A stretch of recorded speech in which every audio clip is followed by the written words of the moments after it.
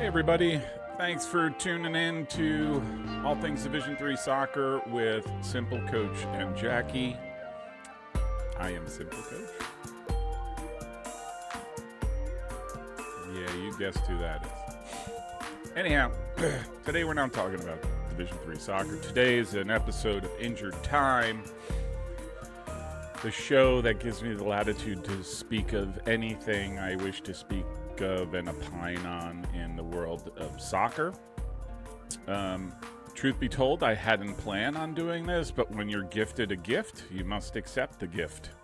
So very thankful to Major League Soccer for the gift of this Injured Time. So today I'm going to be talking about something that not everybody, but a lot of folks, a lot of hardcores are talking about, which is MLS announcing that it was withdrawing its the professional teams from the U.S. Open Cup and substituting them with their MLS Pro Next guys, which has fallen like a ton of bricks for those of us who hold the U.S. Open Cup in high regard and high esteem. So, with that, let's get rolling.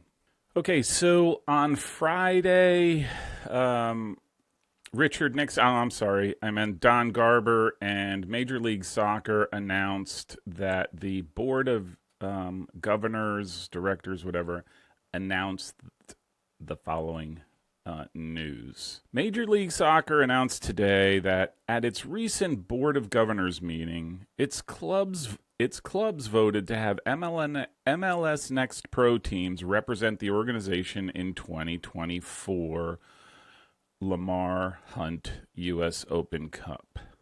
MLS will coordinate with U.S. Soccer regarding participation in the tournament.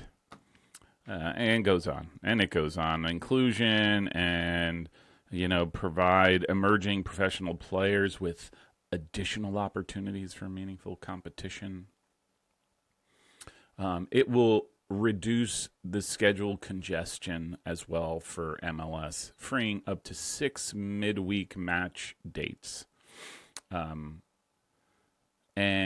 it ends with MLS remains committed to working with U.S. Soccer to evolve and elevate the Open Cup for everyone involved in the years ahead. So that was the announcement. Now, here's the thing. Let me backtrack quite a bit on this one because I think it's really interesting, right? And it's just sort of the moment where we're at. We're 27 years in, almost 30. For those of us who started following Major League Soccer in 1996, it was at the kickoff, the first game in Columbus Crew history. I watched this guy score the first goal in Major League history and can remember it vividly. Outside of the box, to the right of the keeper, hits a ball, back post, bends it in. And San Jose Clash beat DC United 1-0. The irony too is that in this is from season preview before in 1996. It says here, Hunt remains pioneer, which is the ultimate irony, right? I'm sorry, I'm digressing. But because of this fragility of professional soccer, we generally accepted and understood some of the more interesting decisions of the league. When I don't think people remember, and I think a lot of the folks who are sort of in a blather about pro-rel and all these different things forget or weren't around for, the kind of news that you read a lot of in the early years of MLS. And I'll just say it definitely has an impact, especially when you want to see soccer succeed in the U.S., right? Here's out of Wikipedia. Major League Soccer lost an estimated $250 million during its first 5 years and lost more than $350 million between its founding and the year 2004. Poor financial condition and declining attendances forced MLS to cut expenses to reduce operating losses. Owners agreed to freeze team budgets and refrain from signing new players. During the winter break between 2000 and 2001 seasons, there was talk about trimming the league from 12 teams back to 10. And in January 2002, it had decided to contract the two Florida franchises, the Tampa Bay Mutiny and the Miami Fusion of Roy Hudson lore. And some of us go further back. During the interregnum period between the death of the NASL and the birth of MLS, some of us played wherever we could. So some of us played in the APSL. And I will say my claim to fame is when I stopped the penalty kick of this guy during a game when he played for the San Francisco Bayhawks, and I played for the Penn Jersey Spirit. Right? Because there wasn't a lot of opportunity for ball players back then. So as fans, us early fans, we have historically had a high threshold of pain. And the result is that we were willing to put up with some of the more interesting aspects of the league. The more gaudy jerseys that look nothing like our favorite European teams. By the way, I still love this one personally, but hey. We had a love-hate relationship with the shootout.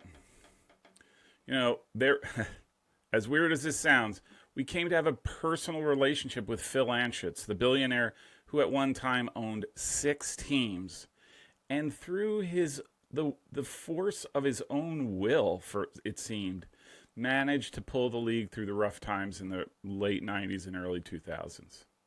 I mean, after all, that's why it's called the Philip F. Anschutz Trophy. But hey, MLS started to turn things around in 2001, 2002, started to turn a corner, and that's where it started to get interesting. The best run in U.S. national team history, the 2002 World Cup, where we made it to the quarterfinals, which, if you haven't, go watch the game against Portugal again. I watched that thing at like 4 a.m. because it was in Japan, and it's still one of my favorite games ever. But when they turned a corner, MLS decided, okay, hey, let's accept the international laws of the game, substitutions. We had signed this phenom of a ball player, the future of American soccer, 14-year-old kid named Freddie Adu. We remember Freddie. We had players going over to Europe, so it showed that there was a path for the league to sell players for a profit. I mean, this was unheard of. In 2005, the league created the MLS reserve teams. The MLS Pro Next guys who were supposed to play in the Open Cup next season. Which again, the league was showing that, hey, we're going to build a pathway for younger players so that we can develop a culture of player development and what have you.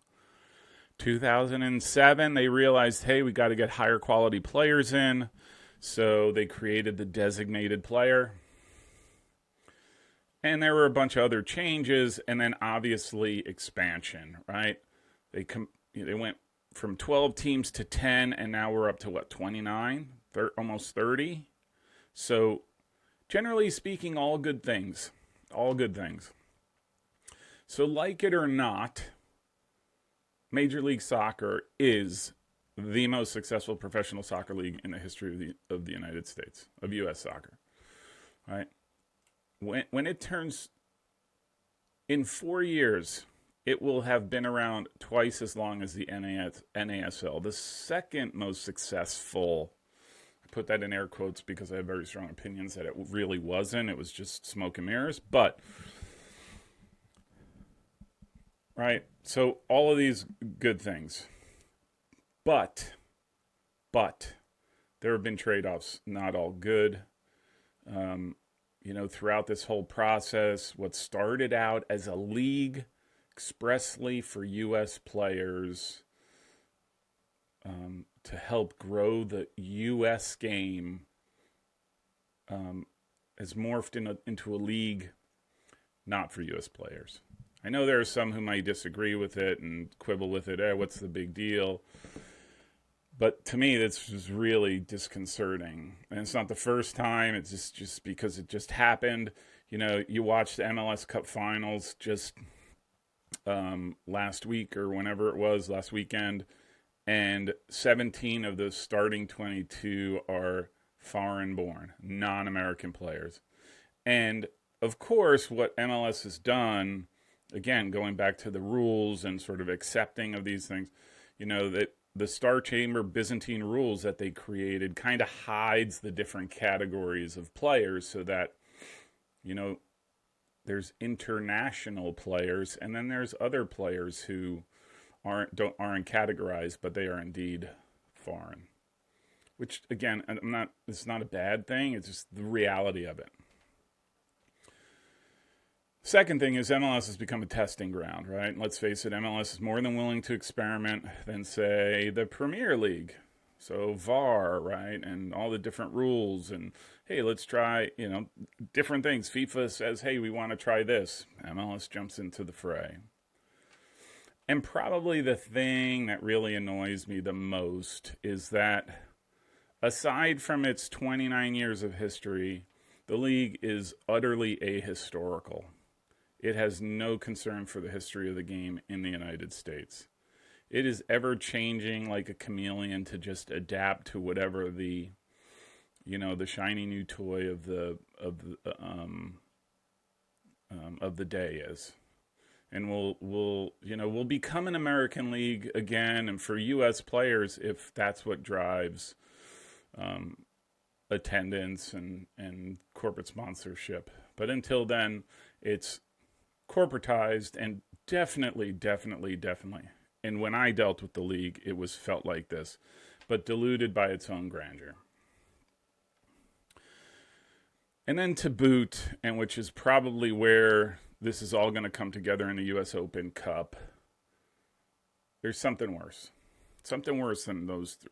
It's become the 800-pound gorilla of U.S. soccer and uses its weight to bully the rest of the soccer community to accept whatever it decides.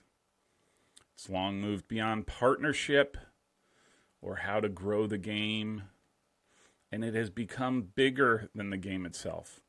At least that's what MLS thinks. Over the years, it's worked its way to have the U.S. Soccer Federation bend to its will whenever it wanted. If anything, the Federation has become the league's useful idiot. And look, I understand, right? Money and success of soccer, which has been fleeting since, up until 1996, is a powerful draw, and it's something that it's hard not to get pulled into and be like, hey, I just want to go along for the ride, so what do I got to do? But truth be told, I think it's time for the Federation to exert its authority over its members, in particular over Major League Soccer. With Major League Soccer's decisions to not participate, in quotes, right? Because they are participating, but not to the level that is expected. The Federation is facing an existential challenge, I think, over who truly rules soccer in the United States. It's time to sort out the authority of the Federation, and that of one of its member leagues, a league that since its inception was given every opportunity to succeed by bending rules, looking the other way, and in some cases working hand in hand with the league at the expense of others. I mean, the comedy of this and the show that Injured Time for today is that this isn't a fight that found Major League Soccer.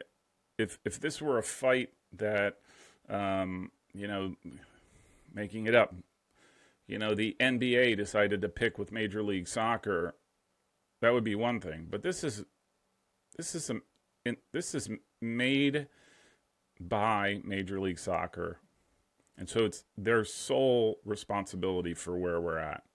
This is a fight that Commissioner Don Garber has picked with an announcement he really didn't have to make about a tournament that many diehard soccer fans hold in very, very high esteem.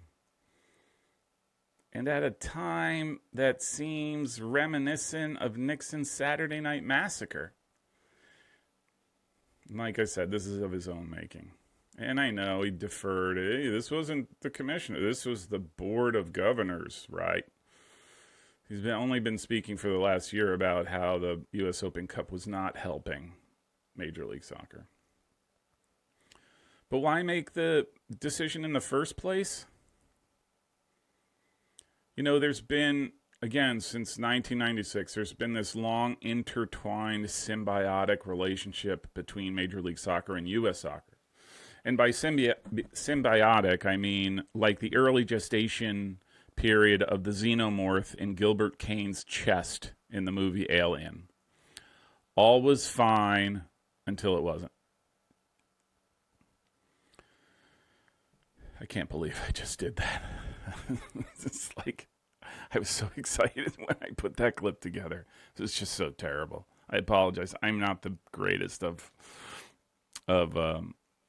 splicers and stuff like that, but I was chuckling when I thought of it. But so anyhow, you know, as the big dog in U.S. soccer, which Major League Soccer is by far the wealthiest, strongest backed, all those things, has all the facilities, all of those things. You know, MLS has long been in the game of centralizing the soccer economy under its control. That's been the business model since Commissioner Garber took over in 1999. You know, that in part led to Soccer United marketing, the marketing and entertainment arm of Major League Soccer. And until recently, 2023, SUM, as it's known, was responsible for marketing U.S. soccer, which included the U.S. Open Cup. Funny how timing and ego contests work. Truth is, the game is much bigger than any one player or any one league. And this, to me, is a challenge to that very notion. What is bigger? Soccer in the United States or Major League Soccer? I wouldn't call this a cultural war, but it almost feels like it, right? Again, the sanitized, corporatized, manufactured culture that Major League Soccer puts so much emphasis in creating, or the actual soccer culture, for all its good and for all its ills, you know, it's a battle of dominance. You know, but the question is, what can the Federation do, right? Especially where I think it's in a weakened state, right? It's just not, this is not a battle that they wanted. I bet you the mathematics on the side of Major League Soccer was they can't do anything. They can't hurt us. So let's just do whatever we want to do. So what can the Fed do?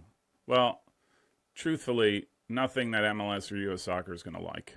All right. The last time someone tried this was in 1928, and the American Soccer League withdrew from the U.S. Open Cup. and the federation duly suspended them and their players, right? But I'll be honest, this to me, that is like, I'm not sure that that's the angle to go, right? Because those players who play in the suspended league, in this case, Major League Soccer, are technically not allowed to play in FIFA events or federation events or anything of the like. So that is, I mean, that to me is like you're bringing out the howitzers, you know, like you're lining up all your artillery at once and firing at once. But anyhow,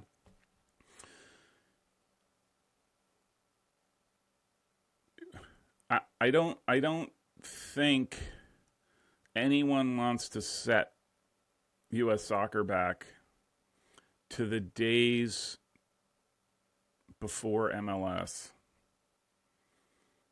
you know, because of squabbles between the Federation and Major League Soccer. So it can be done. These are just three thoughts that I thought, hey, that's okay. Make it hurt. And where does it hurt Major League Soccer the most? Right? Aside from reputationally, right? Like there's a big image thing that goes on at Major League Soccer. But, you know, the first one, you hit them where it hurts, which is the financial part. If part of their membership, and it is, they are required to participate in the U.S. Open Cup, and they refuse to, fine them. You know, I'm guessing 50 grand per club per year if they don't participate. That would create, let's just say, $1.5 million in revenue that should be given to the two teams in the final of the U.S. Open Cup. You know, you give 1.2 million to the winner and 300,000 to the loser. Yeah, that would go a long way, I think.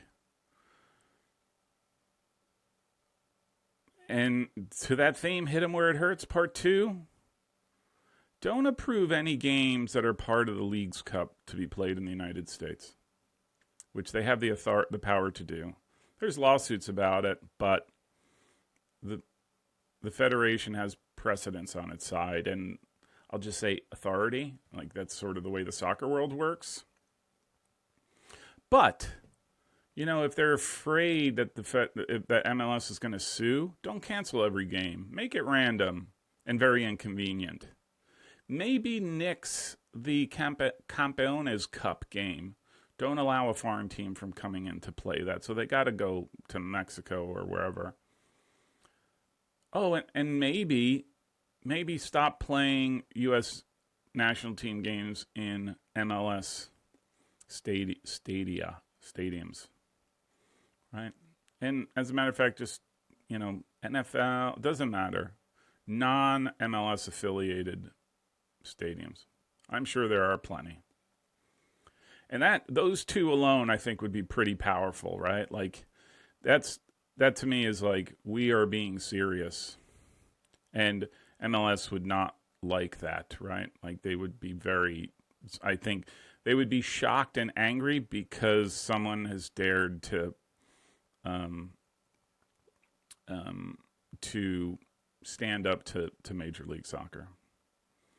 But, you know, the truth of the matter is, I don't know, does it have the authority to do these things, right? The fining, and I would suspect they do. And they do have the approval, they do have the power to approve or deny foreign teams from playing in the United States. That's just the way soccer rules, right? I would say probably this would incite an all-out war between the Federation and MLS to one degree or another.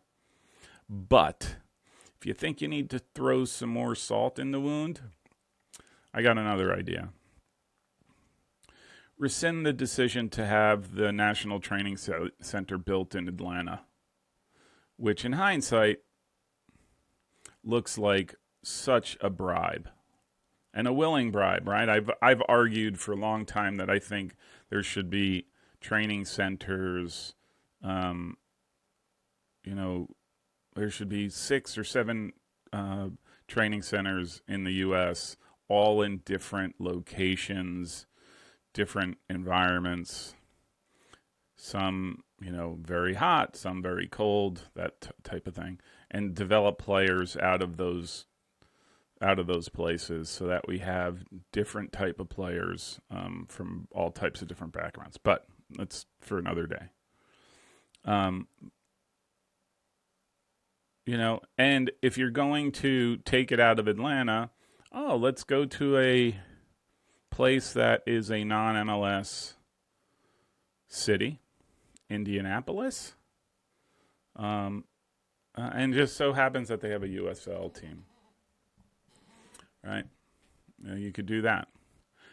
I mean, look, I'm the emotional type, the type that nobody would want in Major League Soccer because I come up with things like this and I don't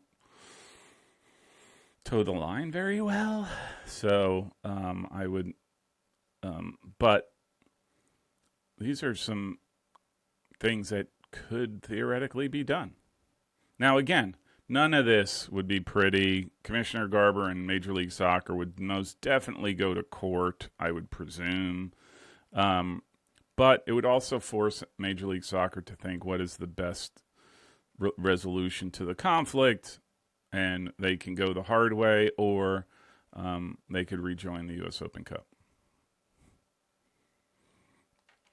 Sadly, the truth of the matter is Major League Soccer, and for anyone who's dealt with them, which I did, years ago, MLS doesn't necessarily care about the game itself. They care about MLS. And truth be told, in my previous life where I knew a lot of folks at the league HQ, it was also a den of sycophants, adulators, and lickspittles. When Don Garber speaks, everyone falls into line, or they might end up having a chance encounter with Luca Brasi. Think I'm exaggerating? You know what? Truth be told, maybe I am. Luca Brasi is, after all, a fictional character. But maybe Sasha Kljestan could chime in here.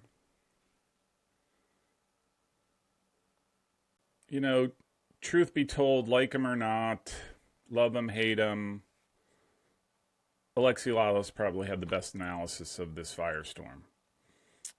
And this is probably why I think he's probably the best commentator on the game today, not necessarily captured by anyone. He just sort of says what he thinks, and at least that's the way he comes across. So, a lot of this is brewing through Twitter, right? Or Exeter, sorry. And he just outlined 6 bullet points to capture this, which is Exeter is only a sliver of the American soccer boys. It's very true. Number 2, devoted U.S. soccer fans are passionate, but few. And I think that's a reality. And that to some degree, it's of our own making, right? Just the way it's been, exposed to the broader population, that sort of thing. Number 3, MLS's responsibility is to the MLS business, not American soccer, which is very true, although very sad. Number 4, this one, should make a t-shirt of it. Hell hath no fury like a scorned sum. Soccer United Marketing. Number 5, some of the more technical details. USL has leverage now in the Open Cup and should demand a dedicated CONCACAF Champions Cup spot, which is the winner of the U.S. Open Cup currently gets. And then finally, very true as well, historically, there's a history of it. The American soccer wars, we eat our own. So take that for what it's worth. So I'm just going to leave that at that. I think I covered a lot of ground. I didn't want to get into the sort of the nitty-gritty nuance of it as much. I just wanted to sort of give a high-level opinion. As if it's not obvious, I am a fan of the U.S. Open Cup. I support Major League Soccer and have done in the past, and always try to look at them with a supportive eye. I don't question their motives at every turn. Although on this one, I hate to say, I am far afield from Major League Soccer on this decision. It still remains one of the great stories, opportunities every year that languishes because of the benign neglect that Major League Soccer has always had with the U.S. Open Cup, even when they were responsible for marketing it, which they really didn't. Let's be real. And I think a large part of that is because, right, again, there are great costs in the upper echelons of Major League Soccer if anyone makes Major League Soccer look bad. And there is, and when you have the potential of teams getting knocked out by, the teams that they never recognize, right, in the USL or what have you, then that's problematic. And like I said, you might be met with a guy like Luca Brasi. But that being said, I would love to see, and I do think it's necessary. I think the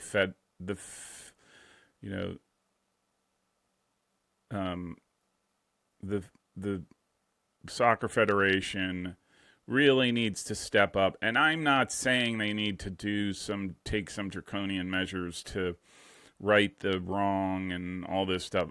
I'm just saying it needs to exert itself as the authority of soccer in the United States. And that, like it or not, Major League Soccer is a part of that, even though Major League Soccer goes to great lengths to pretend it's not. Pretend it's something new and unique and edgy and all of that. When the reality is that there's this large canvas of that makes up U.S. soccer, and you can't ignore it. And if you do so, you ignore it at your own peril. And I think that's what the Federation is for. So with that, I am tuning out. This is going to get framed. This got signed. Oops, sorry. This got signed, as you can see, by Tony Meola, who I also played against when he was down at Fort Lauderdale, I think. I'm going to get this framed. But thanks for tuning in to this Injured Time. I hope you like it. By all means, if I'm wrong, which I never am, but if I'm wrong, down below, by all means, leave your comments, shoot me an email. Thanks for tuning in. Thank you for your support. As always, to my Patreon members, very appreciative and grateful, making things happen. And so we'll talk soon.